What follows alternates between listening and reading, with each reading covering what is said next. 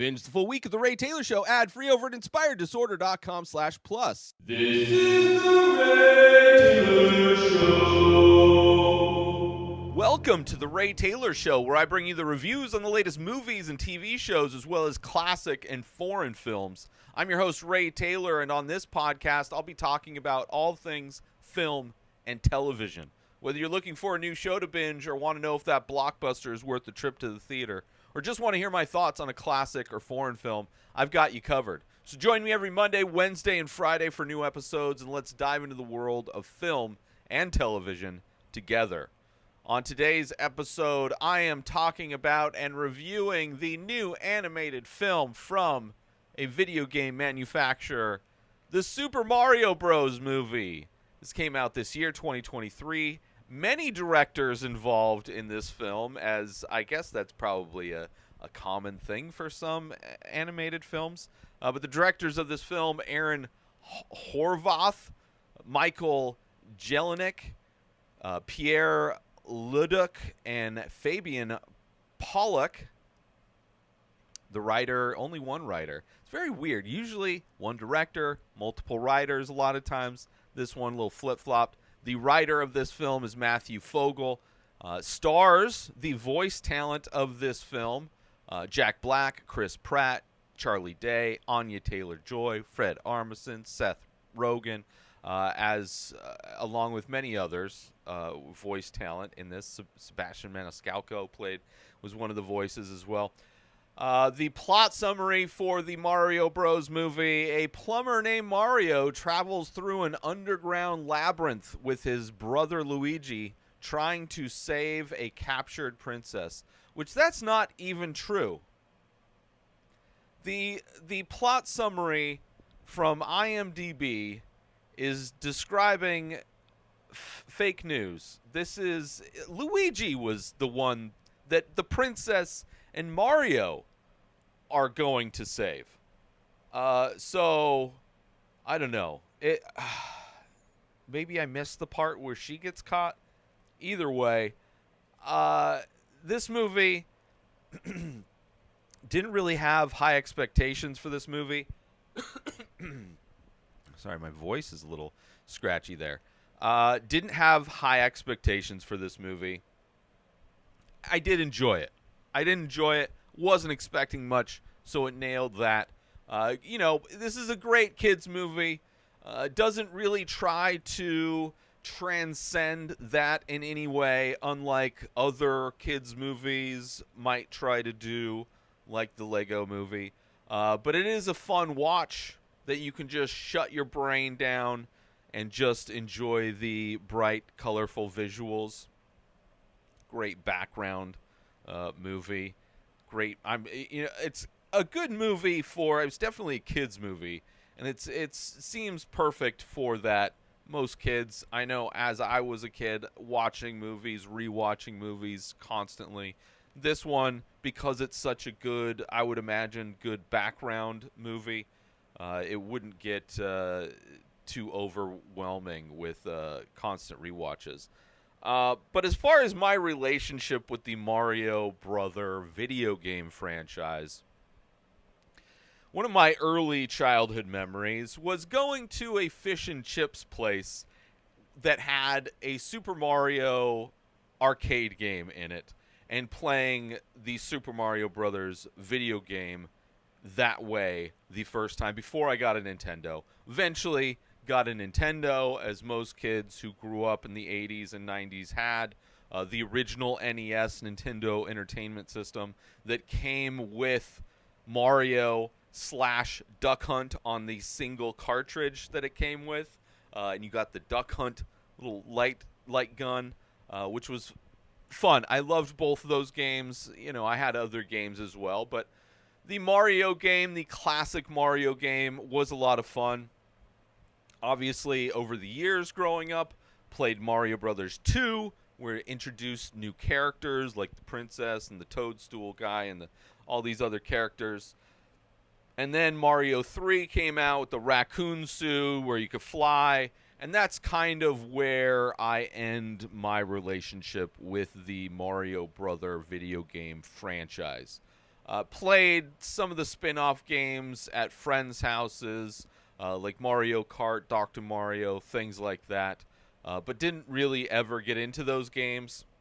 Let's take a quick break from this episode to talk about Attention all Ray Taylor Show fans! We're excited to announce we've just released a line of exclusive merchandise featuring original artwork inspired by the show. Our high-quality shirts and biodegradable phone cases are a perfect way to show your support for the show and make a great gift for any fan. Plus, with each purchase, you'll be helping us continue to bring you great content. So don't wait. Head on over to inspireddisorder.com now and check out the full collection. Thanks for listening, and we hope you'll show your support by grabbing some Ray Taylor Show merchandise today. And now, let's get back to the show.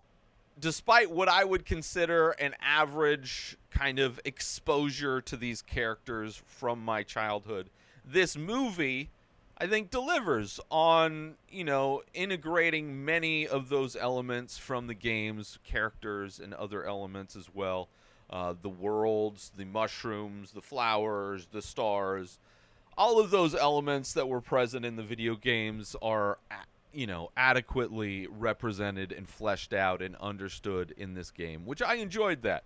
I enjoyed the world that I was in watching this movie. And it was a fun, light experience, right? The story, not really have any depth to it, very similarly to the video game, right? We must go save ... In the video game, you're saving the princess. In this, I swear I don't remember the princess getting captured. Maybe Bowser did capture. The truth of the matter is, I was very not into this movie. I was zoned out for a lot of this movie because there's no real story that I cared about. But most of it was them Princess and Mario going to save Luigi, and Bowser having some obsession with wanting to marry the princess, despite the fact that they come from warring factions. They're people are at mortal enemies of each other, but Bowser, for whatever reason, has an obsession with wanting to marry the princess.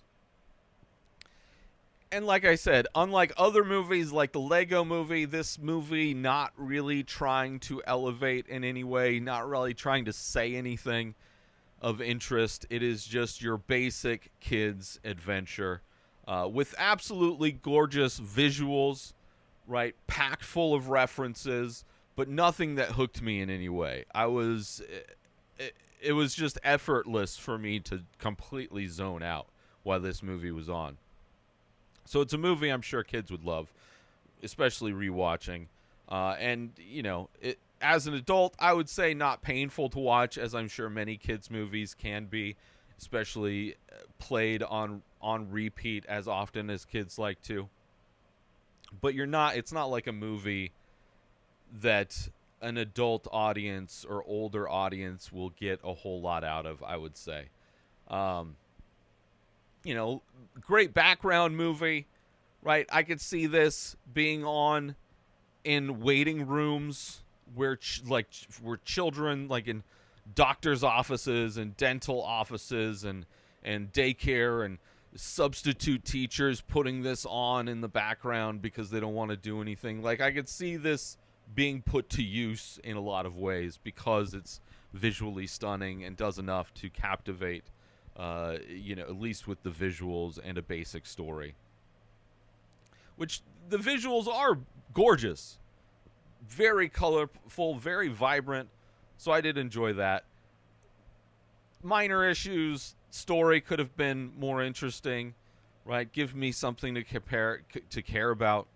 I'm also kind of overdosed on Chris Pratt in general, being like, he is being shoved in my face as like Hollywood is desperate to convince people that he is a good leading man, and I don't buy it. Not that his performance in this was bad. He was fine, a lot better than I thought it would be. I enjoyed him in the Lego movie, which, kind of interesting. But all the other movies he's in, all the Jurassic Park movies, these like war movies, like he's not, I don't know. I'm so tired of Chris Pratt in everything. So I just seeing him in this again. Also, wasn't a big fan of Seth Rogen as Donkey Kong in this. It's just him and Chris Pratt. I'd say Chris Pratt more so is the same in everything. It's not like he disappears into a role. He's just Chris Pratt from the same guy from Parks and Rec, which I liked him in Parks and Rec. Didn't at first, and then his character changed and you like him more. But then now he's just in everything, and I'm kind of just tired of it. So, but I did enjoy the other voice actors. Charlie Day as Luigi was a lot of fun, even though he wasn't really in a lot of the movie. Anya Taylor-Joy as Princess I thought was good. Jack Black I thought was a great Bowser. But I do want to touch on a few spoilers, not too many. It's kind of hard to spoil a movie that's not very consequential if you know details, but a warning nonetheless. The way this movie opens, it's a spoiler warning. The way this movie opens I thought was fun. It's this TV ad, kind of a head fake, making you think, oh no, they're doing the stereotypical Italian, it's a me, Luigi, and also doing a very cheesy rap, and then finding out that it's just their advertisement that they put together to advertise their new business of being plumbers. I thought that was a fun head fake at the beginning of this. Let's take a quick break from this episode because I want to promote. Are you looking for a way to take your love of The Ray Taylor Show to the next level? Look no further than Inspired Disorder Plus. As a member, you'll get access to a whole host of amazing perks, including the full week of shows, ad-free in both audio and video versions, a live painting archive, early access to the many faces, members-only discounts and deals, a podcast back catalog with over 600 episodes. But that's not all. As a member, you'll get access to my personal blog as well as my creative writing. You'll also get the chance to ask me anything you want. With all of these benefits and more, Inspired Disorder Plus is a must-have for any fan of The Ray Taylor Show. So don't wait. Go sign up now. Head on over to inspireddisorder.com/plus and start enjoying all of the amazing perks of the membership. And now, let's get back to the show. Starting off in the real world, kind of, more grounded reality, and then being sucked into this fantasy world, I thought was fun. The training montage when Princess is training Mario kind of triggered me a bit, reminding me of kind of how frustrating playing the Mario Brothers game was at times, where it's just like you just kept dying just over and over again, and the montage is him failing over and over again while trying to learn how to navigate this new world.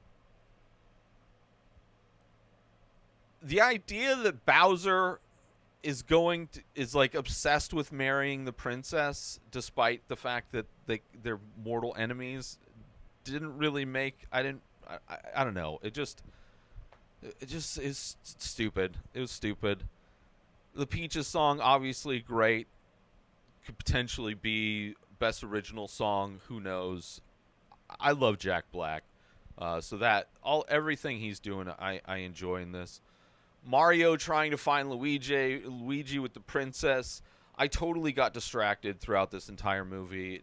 I didn't feel like I missed anything, but I really couldn't care less because it's just like they're on a journey to go find Luigi, and they're going through the different worlds so that you can see all the different characters that were in the different games.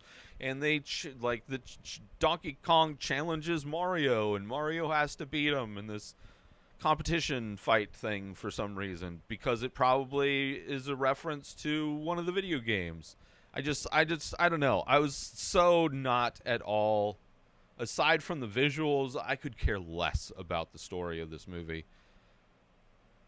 The one aspect of this movie that I really did love was this baby blue flame. I think it was a flame. maybe it was a star that's in one of the cages that's in the prison, Bowser's prison. The darkly comedic, like depressed little blue flame or whatever that character is. I love that. I loved the dark humor of that. I loved how that character was so happy to finally die.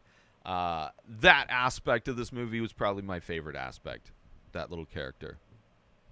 But overall, the plot is as complex as the game, which is to say not at all. But a lot of great visuals, loaded with references, ultimately forgivable, though. And it's, you know, for those same reasons, I think it makes sense why it's so successful. I mean, you could play this movie in any language, and you don't have to know the language, and you understand what's happening on screen. It's not really communicating complex ideas through this movie. So it makes sense that it's made so much money. Like, the dimmest of brain activity could understand what's going on in this movie, which is ultimately eye candy with a lot of visual references to video games. So that's the culture we're in. If it's got a pre-existing IP, then they're halfway there to people liking it. But, you know, I wouldn't be surprised to see this on TVs in businesses as background, you know, and it would make sense, like, for those of age, I would say this is probably, I could see this movie being on the background at parties. I could see this movie being a great movie to put on if you're super high, because you don't have to worry about following some complex narrative. You can just kind of mentally unplug and just stare at the beautiful visuals, which is an activity that's fun to do when you're baked. So I could see the utility in this, as well as just why it's entertaining to so many people. But other than that, it's kind of an empty. It's like it's eye candy. There's no nutritional value to this movie.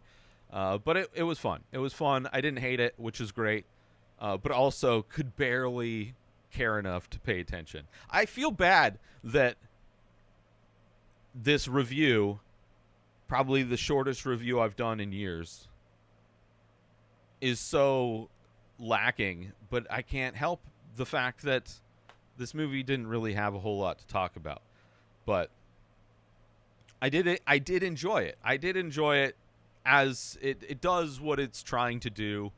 And it's not trying to do a whole lot. The visuals were great, but you know, I don't need to see a sequel to this. Although I wouldn't be surprised if they did. I'm tired of Chris Pratt once more, but I want to thank everybody for tuning in to this very short review of the Super Mario Brothers movie. Tuning into this episode of the Ray Taylor Show. I hope you enjoyed my thoughts on this movie. Don't forget to tune in every Monday, Wednesday, and Friday for more movie and TV show reviews. And join the conversation by leaving a comment or rating on your favorite podcast platform or over on youtube.com/Inspired Disorder if you are watching this. Until next time, enjoy the show. Subscribe to the Ray Taylor Show on YouTube and everywhere podcasts are found. Binge the full week ad-free over at InspiredDisorder.com/plus. Purchase Ray Taylor Show merch over at InspiredDisorder.com. Have a wonderful day, everybody. Peace out! Today is the day where you wake up and you realize that everything that you've been dreaming about, everything that you've been wanting, every goal and wish and hope that you've ever had can become real. Dreams can come true. What you manifest in your mind, you can bring to reality.